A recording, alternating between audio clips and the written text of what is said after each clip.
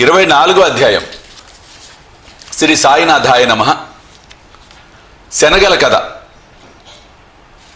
సుధాముని కథ, అన్నా చించినికర్, మావిసిబాయ్, బాబా నైజము, భక్తపరాయణత్వము. ఈ అధ్యాయంలో గాని వచ్చే అధ్యాయంలో గాని ఫలానిది చెప్పెదమనుట ఒక అహంకారమే. మనము సద్గురుని పాదములకు అహంకారం సమర్పించిన గాని ఈ ప్రయత్నమందు జయమును పొందము. మనము అహంకార రహితులమైనచో మన జయము నిశ్చయము. సాయిబాబాను పూజించుటచే ఇహపర సౌఖ్యములు రెంటిని పొందవచ్చును. మన మూల ప్రకృతి యందు పాతుకొని శాంతి సౌఖ్యములను పొందెదము. కాబట్టి ఎవరైతే తమ క్షేమమును కోరెదరో వారు గౌరవ ఆదరములతో సాయిబాబా లీలలను వినవలెను, మనము చేయవలెను. దీనిని నెరవేర్చినచో వారు సులభముగా జీవిత పరమావధిని పొందెదరు, తుదకు మోక్ష ఆనందమును పొందెదరు. సాధారణంగా అందరూ హాస్యము, చమత్కార భాషమన్న ఇష్టపడెదరు. తాము హాస్యాస్పదులగుటకు ఇష్టపడరు. కానీ బాబా చమత్కార మార్గము వేరు. అది అభినయముతో కూడినప్పుడు చాలా సంతోషదాయకముగా, నీతిదాయకముగా ఉండేది. కావున ప్రజలు తాము విక్రింత పాలైనప్పటికీ అంతగా బాధపడేవారు కాదు. హేమాడ్ పంత్ తన విషయమునే క్రింద తెలియచెప్పుచున్నాడు. శనగల కథ. షిరిడీలో ఆదివారం నాడు సంత జరిగేది. చుట్టుపక్కల పల్లెల నుండి ప్రజలు వచ్చి వీధులలో దుకాణములు వేసుకొని వారి సరుకులు అమ్ముకొని చుండేవారు. ప్రతిరోజు మధ్యాహ్నం 12 గంటలకు మసీదు నిండుచుండెను. ముఖ్యంగా ఆదివారం నాడు కిక్కిరిసిపోచుండెను. ఒక ఆదివారం నాడు హేమాడ్ పంత్ సాయిబాబా ముందు కూర్చొని బాబా పాదములు ఒత్తుచు మనసునందు జపం చేయుచుండెను. బాబా ఎడమవైపు, శ్యామ కుడివైపు వామనరావు ఉండిరి. శ్రీమాన్ బూటి, కాకాసాహెబ్ దీక్షిత్ మొదలగు వారు కూడా ఉండిరి. శ్యామ నవ్వుచు అన్నా సాహెబ్తో, నీ కోటుకు శనగ గింజలు అంటినవి చూడుము అనేను. అట్లనుచు హేమాడ్ పంత్ చొక్కా చేతులను తట్టగా శనగ గింజలు రాలెను. హేమాడ్ పంత్ తన చొక్కా ఎడమ చేతి ముందు భాగంను సాచెను. అందరికీ ఆశ్చర్యము కలుగునట్లు కొన్ని శనగ గింజలు కిందకి దొర్లుట ప్రారంభించాను. అక్కడున్న వారు ఏరుకొనిది. ఆ సంఘటన హాస్యమునకు తావిచ్చాను. అక్కడున్న వారందరూ ఆశ్చర్యపడిరి. ఎవరికి తోచినట్లు వారు శనగలు చొక్కా చేతులు ఎట్లు ప్రవేశించి ఉండునో ఊహించనారంభించిరి. శనగలు చొక్కాలు ఎట్లు దూరి అచ్చట నిలవగలిగినవో హేమాడ్ పంత్ కూడా గ్రహించలేకపోయింది. ఎవరికి సరైన సమాధానం తోచక జవాబునివ్వనప్పుడు అందరూ ఈ అద్భుతమునకు ఆశ్చర్యపడుచుండగా బాబా, వీనికి తానొక్కడు తిని దుర్గుణము కలుదులే. ఈనాడు సంత రోజు శనగలు తినుచు ఇక్కడికి వచ్చినాడు. వాని నైజము నాకు తెలియను. ఈ శనగలే దానికి నిదర్శనము. ఈ విషయంలో ఆశ్చర్యమేమున్నది అనిరి. హేమాడ్ పంత్ ఈ విధముగా నేను, బాబా, నేనెప్పుడు ఒంటరిగా తిని ఎరుగను. అయితే ఈ దుర్గణం నాపై ఎలా మోపిదవు? ఈనాటికి ఎన్నడూను షిరిడీలో సంత చూడలేదు. ఈ దినం కూడా నేను సంతకు పోలేదు. అట్లయినచో నేను శనగలను ఎట్లు కొని ఉంటుంది? నేను కొననప్పుడు నేనెట్లు తిని ఉందును? నా దగ్గర ఉన్నవారికి పెట్టకుండా నేనెప్పుడు ఏమీ తిని ఎరగను. బాబా ఈ విధంగా నేను, అవును, ఇది నిజమే. దగ్గరున్న వారికి ఇచ్చేదవు. ఎవరును దగ్గర లేనప్పుడు నీవు గాని నేను గాని ఏమి చేయగలము? కానీ నీవు తినుటకు ముందు నన్ను స్మరింతువా? నేనెల్లప్పుడూ నీ చెంత లేనా? నీవేదైనా తినుటకు ముందు నాకు అర్పించుచున్నావా? నీతి. ఈ సంఘటనమున బాబా ఏమి చెప్పిరో జాగ్రత్తగా వినుము. పంచేంద్రియముల కంటే ముందే మనస్సు, బుద్ధి విషయానందములను అనుభవించును. కనుక మొదలే భగవంతుడికి స్మరించవలెను. ఇట్లు చేసినచో ఇది కూడా ఒక విధముగా భగవంతునికి అర్పితమగును. విషయములను విడిచి పంచేంద్రియములు ఉండలేవు. కనుక ఈ విషయములను మొదట గురువుకు అర్పించినచో వాని యందు అభిమానం సహజముగా అదృశ్యమైపోవును. ఈ విధముగా కామ, క్రోధ, లోభ, మోహం, మొదలగునవి కూర్చిన వృత్తులన్నిటిని మొట్టమొదట గురువునికి అర్పించవలెను. ఈ అభ్యాసం ఆచరించినచో దేవుడు వృత్తులన్నీ నిర్మూలించుటకు సహాయపడును. విషయములను అనుభవించు ముందు బాబా మన చెంతనే ఉన్నట్లు భావించినచో ఆ వస్తువు అనుభవించవచ్చునా లేదా అను ప్రశ్న ఏర్పడును. ఏది అనుభవించుటకు తగదో దానిని విడిచిపెట్టెదము. ఈ విధముగా మన దుర్గుణములన్నీ నిష్క్రమించును. మన శీలము చక్కబడును. గురువునందు ప్రేమ వృద్ధి పొందును. శుద్ధ జ్ఞానము మొలకెత్తును. ఈ జ్ఞానము వృద్ధి పొందినప్పుడు దేహబుద్ధి నశించి బుద్ధి చైతన్య గణమున లీనమగును. అప్పుడే మనకు ఆనందము, సంతృప్తి కలుగును.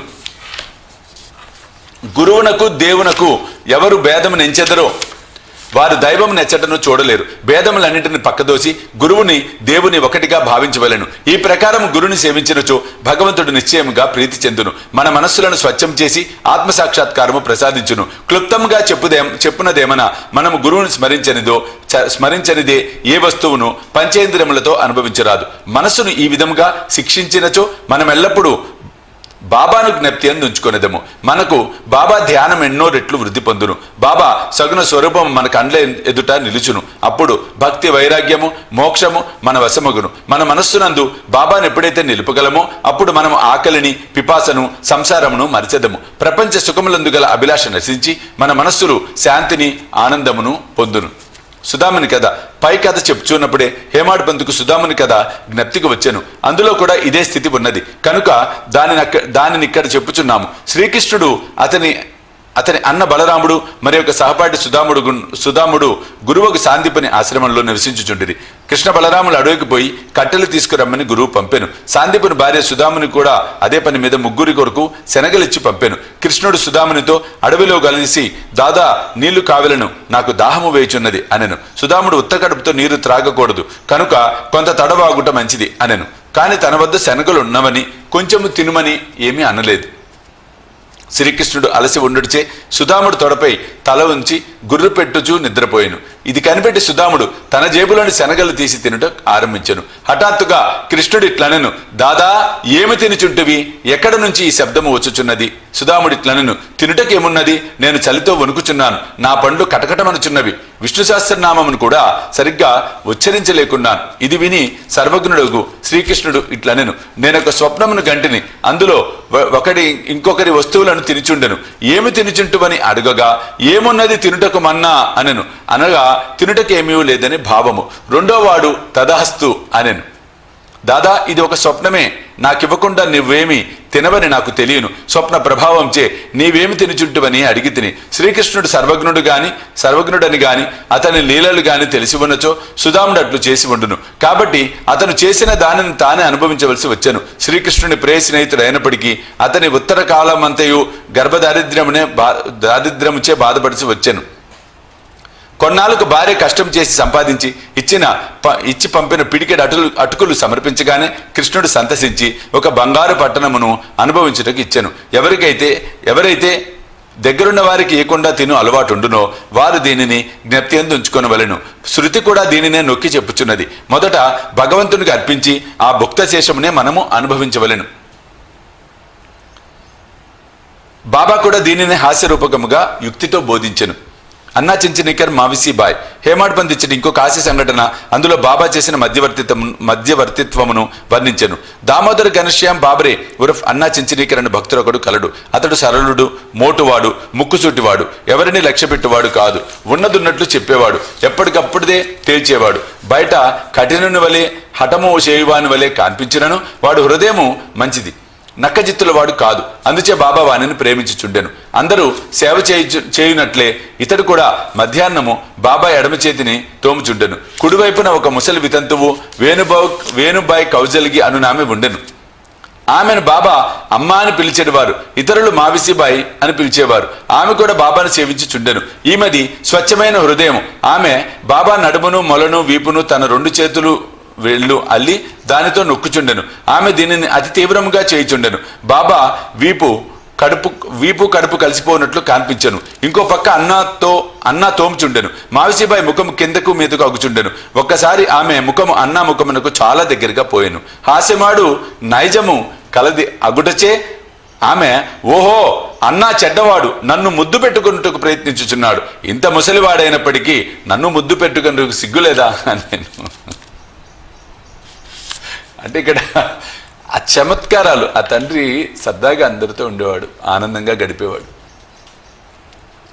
తను ఒక భగవత్ అవతారమో గురువనో భేషజాలు ఏమి చూపించలే బాబా. చూడండి కథలన్నీ వింటుంటే ప్రత్యక్షంగా అవన్నీ కనుల ముందు ఆవిష్కృతం అవుతున్నట్టు అనిపిస్తూ ఉంటుంది చదివిన ప్రతిసారి నాకు. కాబట్టి కథ చూడండి. ఆమె అలా అనగానే అన్నాకు కోపం వచ్చెను.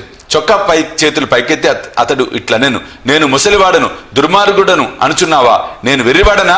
నీవే కలహమునకు కాలు దూచున్నావు. అక్కడున్న వారందరూ ఈ ముసలివాండ్రు కలహమును చూచి నవ్వుకొని చుండిరి. బాబా ఇద్దరిని సమానముగా ప్రేమించేవారు కనుక ఇద్దరిని ఓదార్చవలను అని ఈ క్రింది విధముగా అనెను.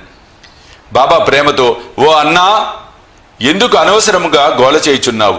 తల్లిని ముద్దు పెట్టుకొనినచో దానిలో ఔచిత్యమేమని అనెను.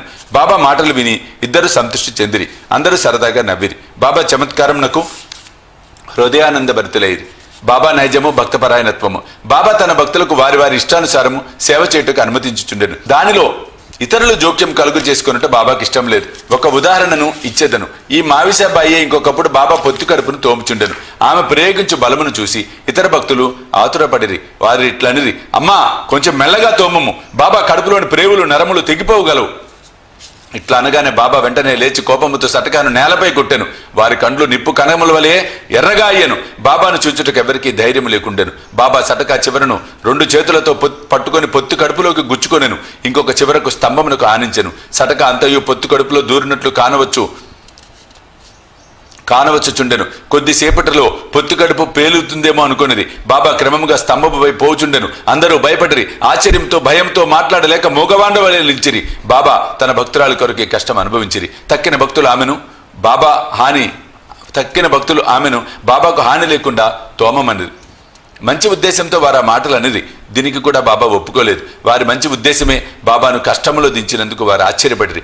ఏమీ చేయలేక కనిపెట్టుకొని చూచుండిరి. అదృష్టంచే బాబా కోపం తగ్గెను. సటకాను విడిచి గద్దపై కూర్చుండిరి. అప్పటి నుండి భక్తుల ఇష్టానుసారము సేవ చేయనప్పుడు ఇతర భక్తులు జోక్యము కలుగ చేసుకొన రాదు అని నీతి నేర్చుకొనిది.